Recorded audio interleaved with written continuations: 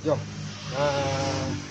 Saya nak buat nasi tutorial nasi goreng sotong tapi pakai base nasi goreng Cina. Ni macam minyak. Seperti tu. Ini masukkan sikit bawang putih. Kemudian anda boleh kita pelak sikit.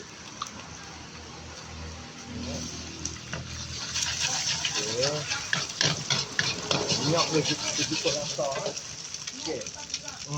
Kemudian saya masukkan nasi. Saya masukkan sikit cili cincang dan juga sikit daun bawang, juga carrot cincang. Itu je. Benda.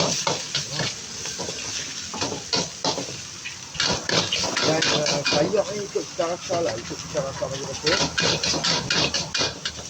Mana yang rasa selera sayur bahan anda.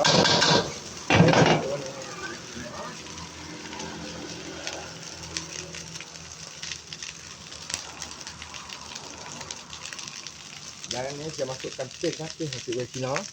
Ini. Masuk ke belakang.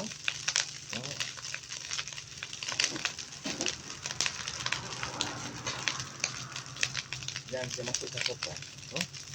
Sini.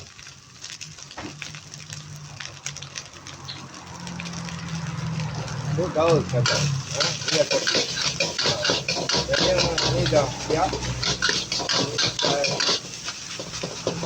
Sangat menyelerakan. Satu dia punya powder nasi goreng Cina ni dia masukkan dalam kuali sama dengan nasi.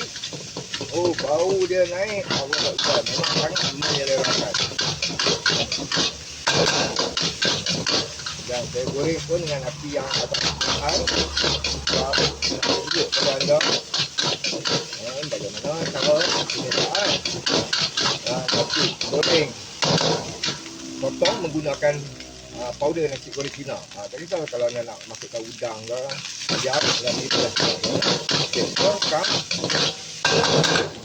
So dah ready to serve. Ini je. So siap.